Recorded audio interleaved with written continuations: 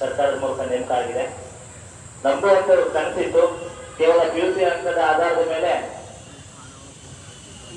18 ವಯಸ್ಸಾದರೂ ಕೂಡಲೇ ಯಾವುದೇ ರೀತಿಯ ಮೆಚುರಿಟಿ ಇರೋದಿಲ್ಲ, ಸಾರ್ವಜನಿಕರಿಗೆ ಸೇವೆ ಕಲ್ಪಿಸುವ ನಿಟ್ಟಿನಲ್ಲಿ ಯಾವುದೇ ರೀತಿಯ ಒಂದು ಜ್ಞಾನ ಇರೋದಿಲ್ಲ ಅಂತ ಒಂದು ವಯಸ್ಸಿನಲ್ಲಿ ಒಂದು ಜವಾಬ್ದಾರಿಯನ್ನು ಕೊಡೋದು ಒಂದು ಸೂಕ್ತ ಅಲ್ಲ.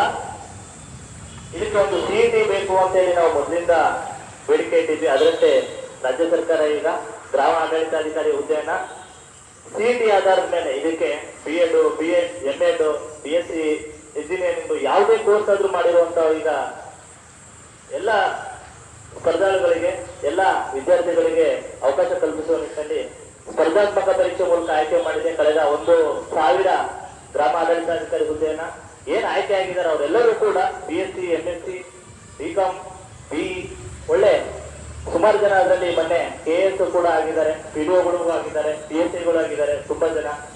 ಈ ನಿಟ್ಟಿನಲ್ಲಿ ಒಂದು ಡಿಗ್ರಿ ಹೋಲ್ಡರ್ಗೆ, ಡಿಗ್ರಿ ಅಬೌವ್ ಯಾವುದೇ ಕ್ವಾಲಿಫಿಕೇಶನ್ ಆಗಿರೋರಿಗೆ ಸ್ಪರ್ಧಾತ್ಮಕ ಪರೀಕ್ಷೆ ಮೂಲಕ ಆಯ್ಕೆ ಮಾಡೋದ್ರ ಮೂಲಕ ಎಲ್ಲರಿಗೂ ಅವಕಾಶ ಕಲ್ಪಿಸುವ ನಿಟ್ಟಿನಲ್ಲಿ ಸರ್ಕಾರ ಕ್ರಮಗೊಂಡಿದೆ.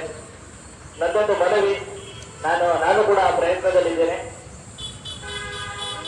ಸರ್ಕಾರದಲ್ಲಿ ಇದುವರೆಗೂ ಕೂಡ ಅನುಕಂಪದ ಆಧಾರದ ಮೇಲೆ ಪ್ರಥಮ ದರ್ಜೆ ಸಹಾಯಕರ ಹುದ್ದೆಯನ್ನ ತಗೊಳ್ತಾ ಇದೆ ಎಲ್ಲ ಇಲಾಖೆಗಳಲ್ಲೂ. ಇದರಿಂದಾಗಿ ಎಲ್ಲ ಪದವೀಧರರು ಕೂಡ ನಿರುದ್ಯೋಗಿಗಳಾಗ್ತಾ ಇದ್ದಾರೆ. ಅನುಕಂಪದ ಆಧಾರದ ಹುದ್ದೆ, ಪ್ರಥಮ ದರ್ಜೆ ಸಹಾಯಕರ ಹುದ್ದೆಯನ್ನ ಕೊಡಬಾರದು, ಅದನ್ನ ನೇರ ನೇಮಕಾತಿ ಮೂಲಕ, ಸಂಪೂರ್ಣ ನೇರ ನೇಮಕಾತಿ ಮೂಲಕನೇ ಮಾಡ್ಕೋಬೇಕು. ಇದರಿಂದಾಗಿ ಪದವೀಧರರಿಗೆ ಎಲ್ಲರೂ ಕೂಡ ಅನುಕೂಲ ಆಗುತ್ತೆ. ಯಾಕೆ ಅಂತ ತಮ್ಗೆಲ್ಲರಿಗೂ ಹೇಳ್ತೀನಿ, ಒಂದು ಕುಟುಂಬದ ನಿರ್ವಹಣೆಗೆ ಈಗಿನ ವೇತನ ಶ್ರೇಣಿಗೆ ತಕ್ಕಂತೆ SSLC ವಿದ್ಯಾರ್ಥಿ ಆದ ಮೇಲೆ D group, PUC and above any qualification ಆಗಿರಲಿ ಅವರಿಗೆ D-ದಾಸ ತಕ್ಷಣವನ್ನ ಹುದ್ದೆಯನ್ನು ಕೊಡಬಹುದು. ಯಾಕಂದ್ರೆ ಈಗಿನ ಒಂದು ವೇತನ ಶ್ರೇಣಿಯ ಆಧಾರದ ಮೇಲೆ ಕುಟುಂಬದ ನಿರ್ವಹಣೆ ಸಾಕಾಗುತ್ತೆ. ಆದರೆ ಪ್ರಥಮ ದರ್ಜೆ ಹುದ್ದೆ ಸಹಾಯಕರ ನೇಮಕಾತಿ ಅನುಕಂಪದ ಆಧಾರದ ಮೇಲೆ ಯಾವುದೇ ಕಾರಣಕ್ಕೂ ಕೊಡಬಾರದು. ಆಡಳಿತ ಸುಧಾರಣಾ ಆಯೋಗದ ಅಧ್ಯಕ್ಷರು ಆರ್ ದೇಶಪಾಂಡೆ ಅವರಿದ್ದಾರೆ. ನಾವೆಲ್ಲರೂ ಕೂಡ ತಂಡೋಪತಂಡವಾಗಿ ಒಂದು ಮನವಿನ ಮಾಡಿ ನಾವು ಕೂಡ ಅದನ್ನ ಮನವಿ ಮಾಡ್ತೀವಿ.